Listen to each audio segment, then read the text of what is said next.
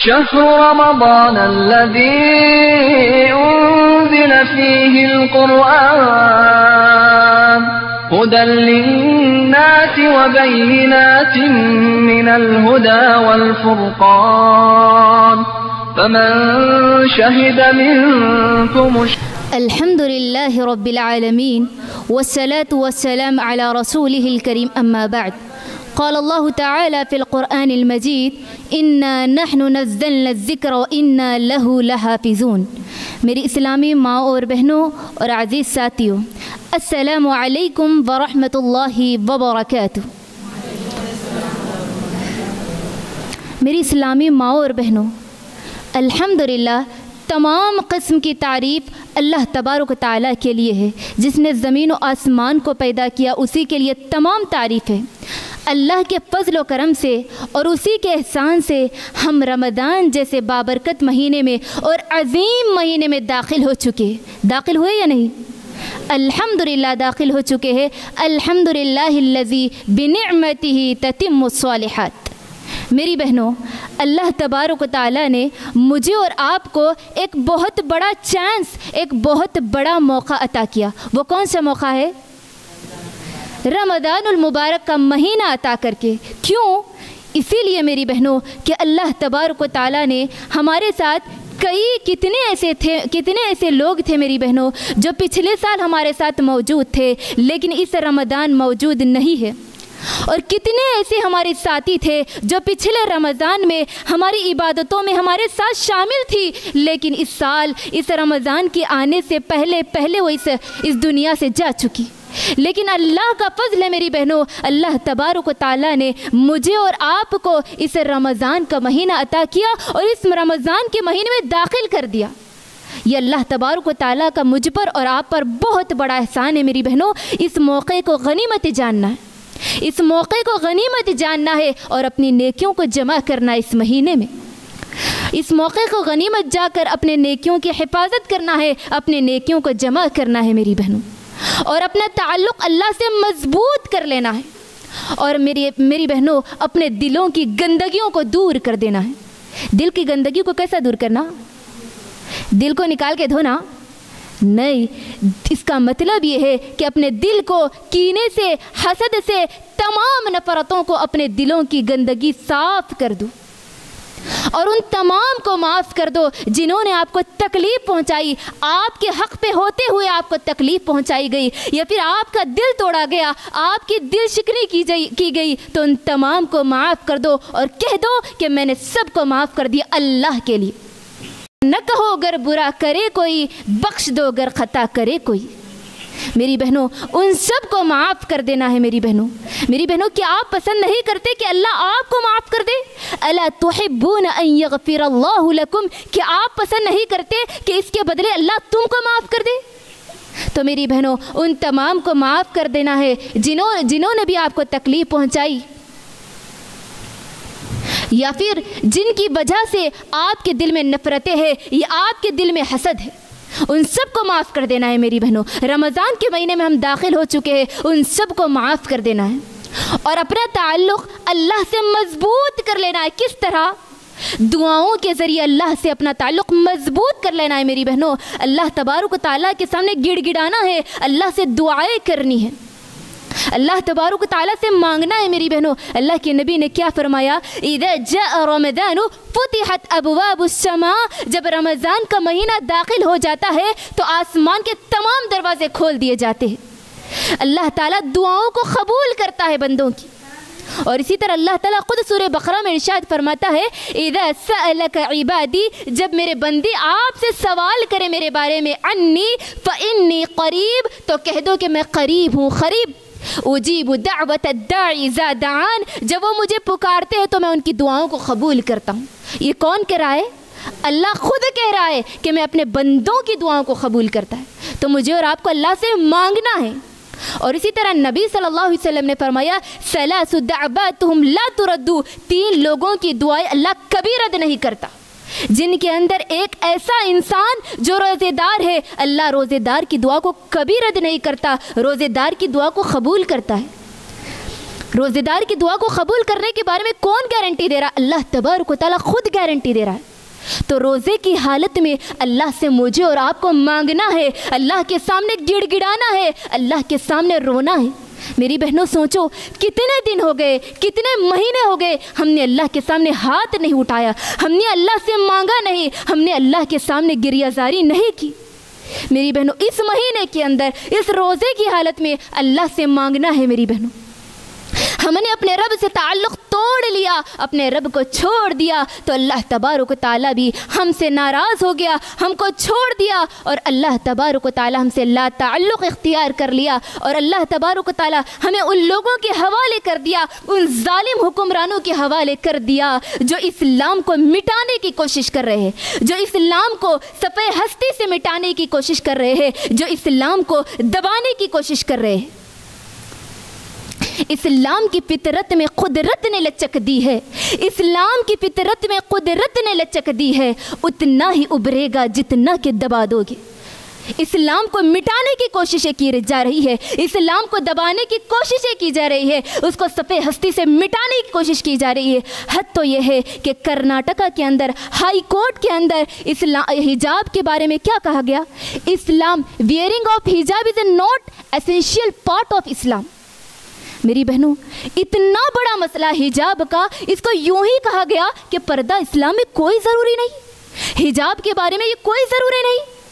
اللہ اکبر، یہ کہہ کر ہماری لڑکیوں کو، ہماری باعزت لڑکیوں کو ایگزام ہال میں داخل ہونے سے روک دیا جا رہا ہے۔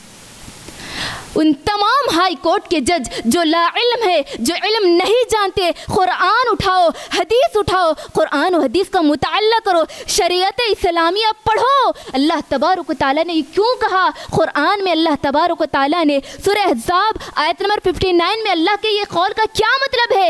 یا ایھا النبی قل لازواجک وبناتک ونساء المؤمنین یدنین علیہن من جلابیبہن۔ اللہ کے اس فرمان کا کیا مطلب ہے؟ پھر اللہ کے اس قول کا سورہ نور کے اندر اللہ نے کہا وَقُلْ لِلْمُؤْمِنَاتِ يَغْضُضْنَ مِنْ أَبْصَارِهِنَّ وَيَحْفَظْنَ فُرُوجَهُنَّ۔ اللہ کے اس فرمان کا کیا مطلب ہے؟ تم نے تو حجاب کے بارے میں ضروری نہیں کہہ دیا، تو اللہ کے اس قول کا کیا مطلب ہے پھر؟ میری بہنوں یاد رکھنا، اگر آج ہم نے اس مسئلے پر آواز نہیں اٹھائی اور اللہ سے اس مسئلے پر دعائیں نہیں کی تو اللہ کی قسم باللہ یاد رکھنا ہماری آنے والی نسلیں، ہماری آنے والی قومیں ہمیں ملامت کرے گی، ہمیں بد دعائیں دے گی اور کہے گی کہ اللہ کے نبی کا اس فرمان بلغوا انی بلو آیا، پہنچا دو، اگر ایک ہی بات کیوں نہ ہو اس پر ہم نے عمل نہیں کیا۔ تو ہمیں میری بہنوں اس مسئلے کے لیے دعائیں کرنی اللہ سے۔ اللہ تبارک و تعالیٰ نے ایک بہترین موقع دیا اس رمضان کا، اس کے اندر روزے داروں کی دعائیں قبول ہوتی ہے۔ اس موقع کو غنیمت جان کر اللہ سے دعائیں کرنی ہے، اللہ سے ایسی دعائیں کرنا ہے، اللہ سے ایسے گڑ گڑانا ہے کہ اللہ کو تم پر رحم آ جائے۔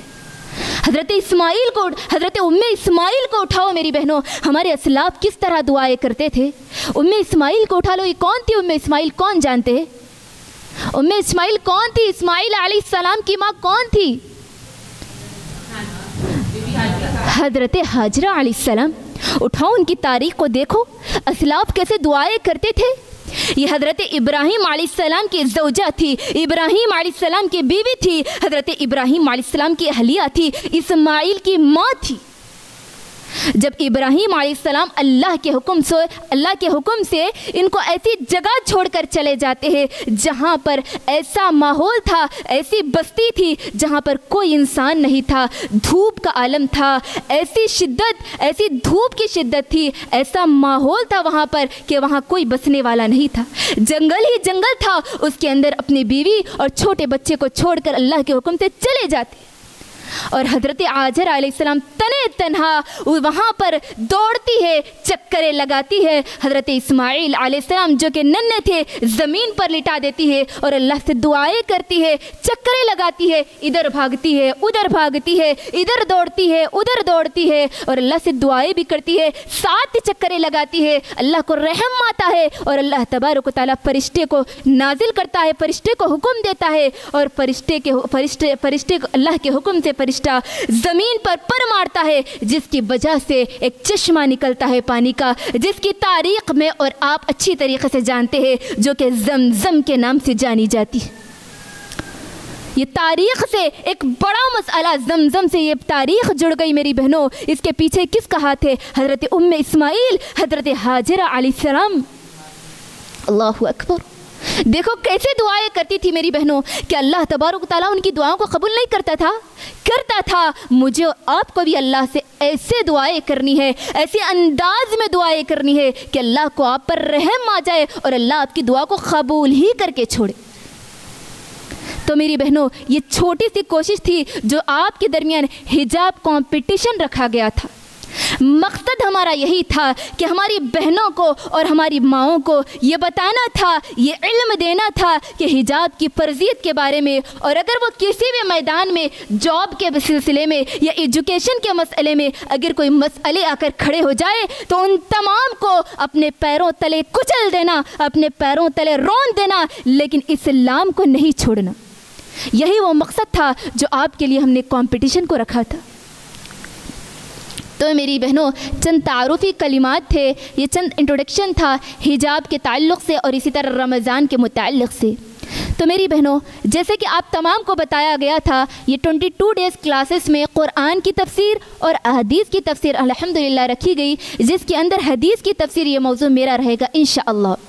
تو میری بہنوں اس موضوع کے اندر میں وہ تمام چیزیں آج پہلی کلاس ہے، اسی لیے حدیث کا انٹروڈکشن، اور حدیث کس کو کہتے ہیں، ہم حدیث کا نام تو جانتے ہیں لیکن اس حدیث کس کو کہتے ہیں اصل حقیقت میں، اور حدیث پر عمل نہ کرنے والوں کا کیا انجام ہے، یہ اس کلاس میں آپ کو بتانے کی کوشش کروں گی انشاءاللہ۔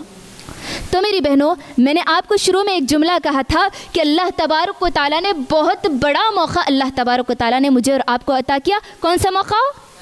رمضان المبارک کا مہینہ عطا کر کے۔ اب دوسرا بڑا موقع اللہ نے مجھے اور آپ کو یہ دیا کہ اللہ تبارک و تعالیٰ نے مجھے اور آپ کو یہاں پر جمع کیا دین علم کو حاصل کرنے کے لیے، علم حاصل کرنے کے لیے، شریعت کا علم حاصل کرنے کے لیے۔ کہ اللہ نے اتنا بڑا موقع ہمیں نہیں دیا کہ اللہ سب کو یہ موقع دیتا ہے، ہرگز نہیں۔ اللہ کے نبی فرماتے ہیں من یرید اللہ بہ خیرا یفقہہ فی الدین، جس کو اللہ پسند کرتا ہے، جس کو اللہ چاہتا ہے، اسی کو دین کی سمجھ عطا کرتا ہے۔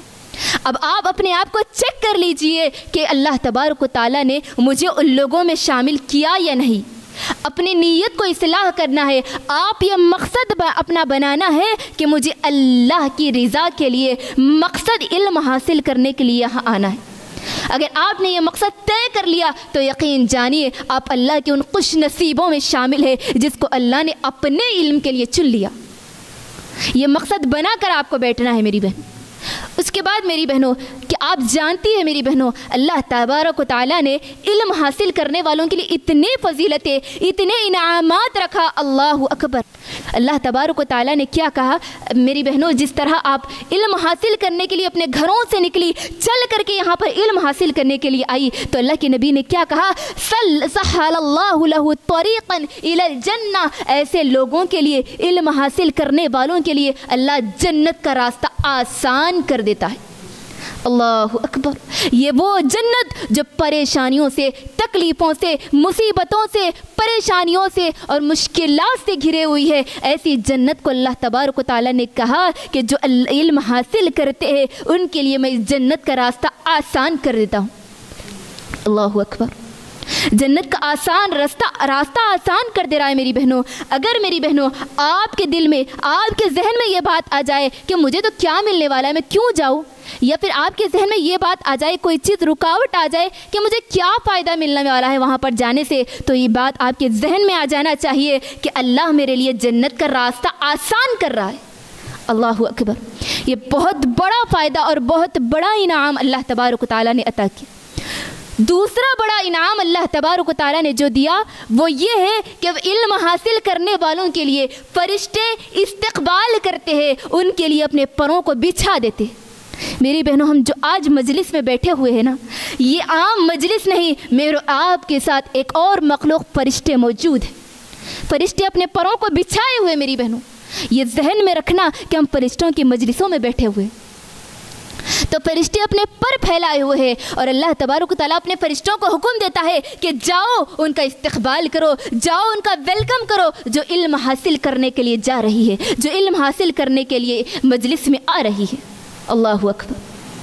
اسی طرح اور تیسرا بڑا انعام یہ اللہ تبارک و تعالیٰ نے عطا کیا کہ علم حاصل کرنے والوں کے لیے انسان اور جنات کے علاوہ تمام آسمان و زمین کی مخلوقات دعائیں کرتی ہے، حتی الحیتان فی الماء، یہاں تک کہ سمندر کی مچھلیاں بھی ان کے لیے دعا کرتی ہے، اور چونٹیاں جو بلوں میں رہتی ہے وہ بھی ان کے لیے دعائیں کرتی ہے۔ اللہ اکبر۔ میری بہنوں، آپ کو معلوم ہے انسان اور جنات یہ خطا کار ہے، یہ گناہ کے پتلے ہیں، یہ گناہ کرتے ہیں، لیکن انسان اور جنات کے علاوہ جو بھی مخلوق آسمان میں اور زمین میں ہے وہ گناہوں سے پاک ہے، وہ معصوم عن الخطا ہے، وہ گناہ نہیں کرتے۔ اللہ تبارک و تعالیٰ ہمارے لیے ان مخلوق کو دعائیں کرنے کا انتظام کر رہا ہے، اور ہماری مغفرت کے لیے اور اس مخلوق کو ہمارے لیے انتظام کر رہا ہے کہ تم ان علم حاصل کرنے والوں کے لیے دعائیں کرو۔ اللہ اکبر۔ کتنی بڑی فضیلت ہے میری بہن کہ چونٹیاں ہمارے لیے دعائیں کر رہی ہے، مچھلیاں سمندر میں ہمارے لیے دعائیں کر رہی ہے۔ اللہ اکبر۔ اس سے بڑی فضیلت کیا ہو سکتی ہے علم حاصل کرنے والوں کی؟ اسی طرح چوتھی فضیلت یہ ہے وَفَضْلُ الْعَالِمِ عَلَى الْعَابِدِ كَفَضْلِ الْقَمَرِ عَلَى سَائِرِ الْكَوَاكِبِ، یعنی علم حاصل کرنے والے کی مثال عابد پر ویسے ہی ہے جیسے 14ویں کے چاند کی فضیلت تمام ستاروں پر ہے۔ اس کا کیا مطلب؟ جیسے ایک بندی گھر میں بیٹھ کر عبادت کر رہی، بہت عبادت گزار ہے، بہت عبادتیں کر رہی، لیکن ایک بندی علم حاصل کرنے کے لیے نکلتی ہے، علم حاصل کرنا اس کا مقصد ہوتا ہے، اللہ کی رضا اس کا مقصد ہوتا ہے۔ دونوں میں کون ٹاپ لیول پہ ہے؟ کون کس کا مرتبہ بلند ہے؟ علم حاصل کرنے والوں کا۔ اللہ تبارک و تعالیٰ نے عبادت گزار بندے سے زیادہ علم والوں کو ترجیح دیا، علم والوں کے لیے کہا کہ اللہ تبارک و تعالیٰ ان کے لیے جیسے 14ویں کے چاند کی فضیلت ہے ستاروں پر، اسی طرح یہ علم والوں کی فضیلت عبادت گزاروں پر ہے۔ ہم بولتے ہیں نا بہت عبادت گزار ہے، جنہوں گھر میں بہت عبادت کرتے، تہجد پڑھتے، نمازیں پڑھتے، اذکار کرتے، لیکن علم والوں کی فضیلت ان سے کئی گنا بڑی ہے۔ میری یاد رکھنا اس بات۔ اور اسی طرح آخری فضیلت یہ ہے، اور یہ علم حاصل کرنے والے کس کے وارث ہے؟ نبی کے وارث، انبیاء کے وارث ہے۔ اللہ اکبر۔ ذرا غور کرنا، اگر ہم وراثت کے حقدار ہو گئے تو ہماری خوشی کا کیا عالم رہتا، ہم کتنے فخر کرتے نہیں۔ ہمارے پاس تو وراثت ہے جی، لیکن جو نبی کی وراثت حاصل کرنا چاہتا ہے، جو چاہتا ہے کہ نبی کا وارث بن جائے، اسے چاہیے کہ علم حاصل کرے، دین کا علم حاصل کرے۔ دین کے علم حاصل کرنے والیاں، دین کا علم حاصل کرنے والے یہ انبیاء کے وارث ہیں، یہ وارثین ہیں، علماء یہ وارثین ہیں۔ اللہ اکبر۔ اگر آپ چاہتی ہے کہ انبیاء کے وارث بن جائے، نبی کے وارث بن جائے، تو دین کا علم حاصل کریے، شریعت کا علم حاصل کرنی ہے۔ میں یہ تمام فضیلتیں آپ کے سامنے اسی لیے دہرائی میری بہنوں، تاکہ آپ اس مجلس میں، یہ پہلی انٹروڈکشن کلاس ہے جو آپ کے آنے والی 22 کلاسز کی رہے گی، تو آپ کے اندر یہ ذہن میں فکس ہونا چاہیے کہ ہماری کیا فضیلت ہے اسلام کے اندر، شریعت اسلامیہ میں علم کی کیا ہے اہمیت ہے۔ اسی لیے میں نے آپ کے سامنے یہ فضیلتیں رکھی۔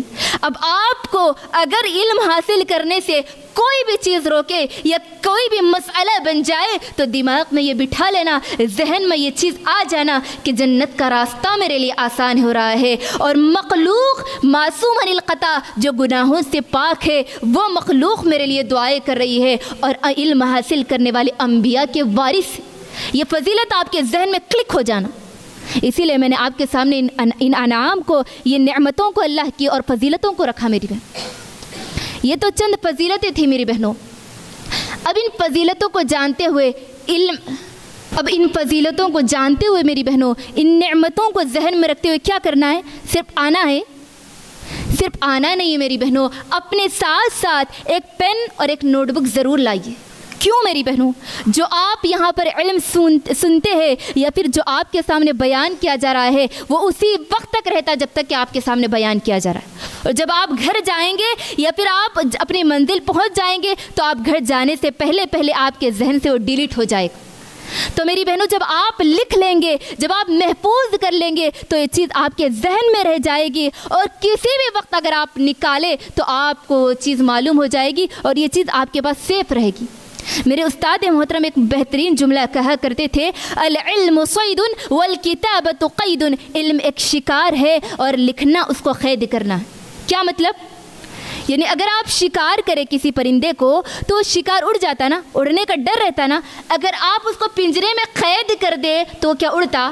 نہیں۔ بالکل اسی طرح اگر آپ اس علم کو قلم کے ذریعے اپنے نوٹ بک میں لکھ لے تو کہیں علم آپ کا کہیں جائے گا، آپ کے دماغ میں رہے گا اور ہمیشہ کے لیے سیف رہے گا، اور آپ کے پاس سیف رہے گا تو رہے گا جب آپ اس دنیا سے چلی جائے گی اور آپ کی کتابیں موجود رہے گی اور اس کو کسی اور نے پڑھا اور اس پر عمل کیا تو آپ کے لیے صدقہ جاریہ بن جائے گا۔ تو میری بہنوں، جو نہیں جانتی لکھنا کوئی بات نہیں، کوئی مذائقہ نہیں ہے، لیکن اگر کوئی جانتی ہے اور کوئی بھی لینگویج آپ کو آتی ہے تو اس کے اندر لکھ لے، اسی لیے کہ یہ علم ایک ایسی چیز ہے میری بہنوں جس کو لکھنے سے یہ محفوظ ہو جاتا ہے۔ اسی لیے علماء کرام نے، صحابہ نے، صحابیات نے اور تابعین نے لکھنے کا اہتمام کیا۔ حدیثوں کو کیا کیا گیا؟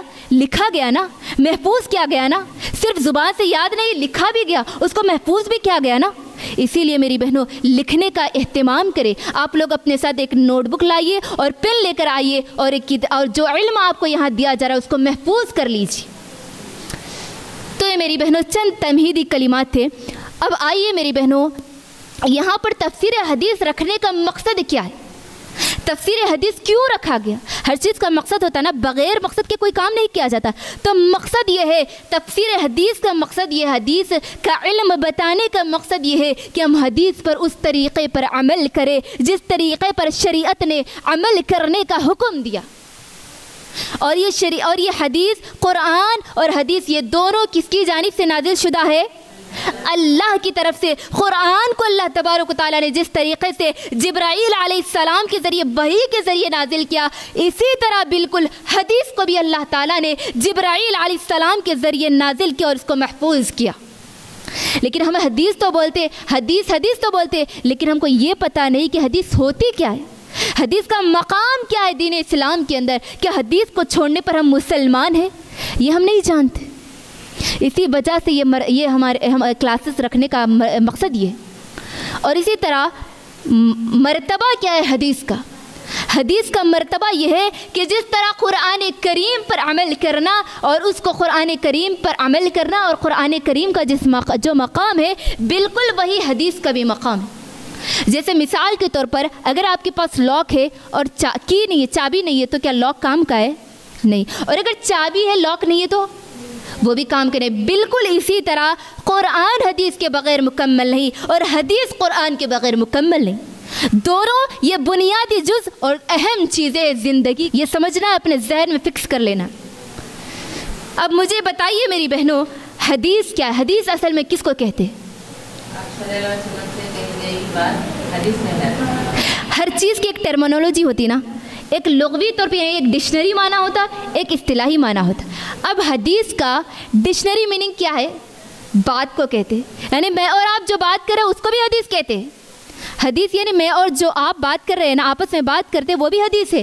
لیکن اصطلاحی میننگ میں اگر ہم اس کی ٹرمینالوجی دیکھیں تو اصطلاحی معنی اس کا یہ ہے، جو محدثین، اگر ہم یہ کہیں کہ نبی کی حدیث ہے، یعنی نبی نے فرمایا، تو اب وہاں پر صرف اللہ کے نبی کی بات آئے گی، میری اور آپ کی بات نہیں چلے گی، بلکہ اللہ کے نبی کی حدیث ہے تو اللہ کے نبی کی بات رہے گی صرف۔ جیسے محدثین نے اس کی تعریف اس طرح کی، ما اضیف الی النبی صلی اللہ علیہ وسلم من قول او فعل او تقریر او خلق او خلق۔ حدیث کا مطلب یہ ہے کہ جو نسبت کی جائے اللہ کے نبی کی طرف، قول کے ذریعے، فعل کے ذریعے، تقریر کے ذریعے، خلق کے ذریعے اور خلق کے ذریعے۔ اب مجھے بتائیے اللہ کے نبی کا قول کیا ہے؟ جیسے ہم کہتے ہیں نا اللہ کے نبی نے فرمایا، قول النبی صلی اللہ علیہ وسلم، یہ اللہ کے نبی کا قول ہے نا، تو یہ بھی حدیث ہے۔ اور اسی طرح فعل النبی صلی اللہ علیہ وسلم، اللہ کے نبی کا کام، اللہ کے نبی نے ایسا کیا، اللہ کے نبی نے رکوع ایسا کیا، اللہ کے نبی نے سجدہ ایسا کیا، اللہ کے نبی نے یہ سکھایا، تو کیا ہے؟ یہ نبی صلی اللہ علیہ وسلم کا فعل ہے، یہ بھی حدیث ہے۔ اور اسی طرح تقریری کیا ہے؟ اللہ کے نبی صلی اللہ علیہ وسلم کے سامنے کوئی کام کیا جائے اور اللہ کے نبی خاموش ہو جائے، جیسے مثال کے طور پر عید کے موقع پر نبی صلی اللہ علیہ وسلم کے سامنے چھوٹی بچیاں دف بجا رہی تھی. دف جانتے آپ؟ یعنی صرف ایک ہاتھ سے مارتے اس کو باجے کی طرح نہیں ہوتا, ایک ہاتھ سے مارتے تو آواز بالکل ہلکی آتی. تو اسی طرح چھوٹی بچیاں دف بجا رہی تھی اور کچھ گا رہی تھی. تو اللہ کے نبی خاموش ہو گئے, کچھ بھی نہیں کہا, یہ مت کرو یا کرو بلکہ نہیں بولے. اللہ کے نبی خاموش ہو گئے. تو یہ کیا ہوا؟ تقریری, اس کو کیا کہا جاتا, کیا ہے؟ حدیث کی ایک قسم ہے. اور اسی طرح خلق او خلق, اللہ کے نبی صلی اللہ علیہ وسلم کی عادات, اللہ کے نبی صلی اللہ علیہ وسلم جسمانی اعتبار سے کیسے تھے, اللہ کے نبی صلی اللہ علیہ وسلم کی ہتھیلی کیسی تھی, اللہ کے نبی صلی اللہ علیہ وسلم کے پسینے میں خوشبو ہوا کرتی تھی. ام حرام بنت ملحان کا جو آپ کی خالہ تھی, اللہ کے نبی کے پاس اللہ کے نبی ان کے پاس آ کے سویا کرتے تھے تو وہ کیا کرتی تھی معلوم ہے؟ اللہ کے نبی کے پسینے کو ایک شیشی میں جمع کیا کرتی تھی. اللہ کے نبی نے پوچھا تم اس کا کیا کرتی ہو؟ تو انہوں نے کہا کہ ہم اس کو اپنے اعلیٰ قسم کے مشک میں اس میں داخل کرتے, ہم اس کو خوشبو کے لیے اعلیٰ قسم کے عطر میں ڈالتے ہیں. تو اللہ کے نبی کے پسینے میں خوشبو ہوا کرتی تھی اور اللہ کے نبی کی ہتھیلی اتنی نرم ہوا کرتے تھے, ریشم سے زیادہ نرم تھی. تو یہ جو حالتیں اور کیفیت بیان کیے جا رہے نا, یہ بھی حدیث ہے. اور اسی طرح اللہ کے نبی کے عادات, اللہ کے نبی کے اخلاق, اللہ کے نبی کیسے بات کرتے تھے, اللہ کے نبی کیسے چلتے تھے, اللہ کے نبی کا کیا انداز تھا, یہ بتانا کیا ہوا؟ اللہ کے نبی کے خلق بتانا بھی کیا ہوا؟ حدیث میں شامل ہے. تو حدیث کا ڈیفینیشن جو میں آپ کے سامنے بتائی, ما اضیف الی النبی صلی اللہ علیہ وسلم من قول او فعل او تقریر او خلق او خلق, جو نبی صلی اللہ علیہ وسلم کی طرف قول کے ذریعے, فعل کے ذریعے, تقریر کے ذریعے یا خلق اور خلق کے ذریعے نسبت کی جائے. میری بہنوں, یہ تھوڑی علمی باتیں ہیں میں جانتی ہوں, لیکن جب آپ اس کو اچھی طرح سمجھ جائیں گے تو یہ سمجھیے کہ جو علم حاصل کرنے میں مزہ ہے, جو لطف ہے, وہ آپ حاصل کریں گے انشاءاللہ. تو میری بہنوں, یہ حدیث کے متعلق ہوا. اب مجھے بتائیے, کیا ہم قرآن کے بغیر حدیث کو سمجھ سکتے ہیں؟ بالکل نہیں. اس کا جواب یہ کہ بالکل نہیں سمجھ سکتے. آج ہم کہتے ہیں نا, ارے قرآن ہے نا جی, حدیث کی کیا ضرورت ہے, قرآن کو سمجھ لیتے, قرآن پہ عمل کر لیتے, حدیث کی کیا ضرورت ہے. ہم قرآن حدیث کے بغیر سمجھ ہی نہیں سکتے. قرآن حدیث کے بغیر مکمل نہیں ہے, اور حدیث قرآن کی تشریح ہے, قرآن کی تفصیل ہے. جیسے میں آپ کو مثالوں کے ذریعے بتاتی ہوں. اللہ تبارک و تعالیٰ نے قرآن مجید میں کہا نماز قائم کرو. تب اللہ تبارک و تعالیٰ نے 114 صورتوں میں اور 30 پاروں میں کہیں بھی نماز کس طرح پڑھنا ہے, نماز کا طریقہ اللہ نے کہیں بیان نہیں کیا. بیان کیا پورے قرآن میں بیان کیا, 114 صورتوں میں اور 30 پاروں میں کہاں بیان کیا؟ کہیں بھی بیان نہیں کیا. حدیث کے اندر اللہ کے نبی صلی اللہ علیہ وسلم نے کہا کہ رکوع اس طریقے پہ کرنا ہے, سجدہ اس طریقے پر کرنا ہے, اور نماز میں کیا پڑھنا, یہ کون بتائے؟ نبی صلی اللہ علیہ وسلم نے بتایا.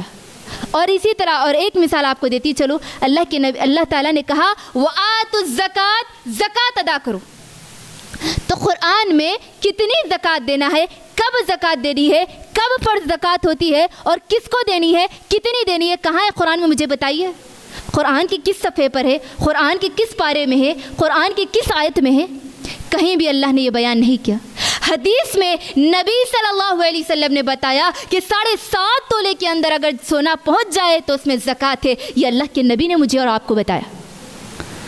اسی طرح اللہ تبارک و تعالیٰ نے کہا کہ یا ایھا الذین آمنوا کتب علیکم الصیام کما کتب علی الذین من قبلکم لعلکم تتقون. تو اللہ تبارک و تعالیٰ نے یہ حکم دیا قرآن میں, لیکن روزے کے آداب کیا ہے, کب رکھنا ہے, کتنے رکھنا ہے, یہ قرآن میں بتایا گیا نہیں بتایا گیا. یہ کس میں بتایا گیا؟ حدیث میں بتایا گیا. اس کے آداب اللہ کے نبی نے بتایا.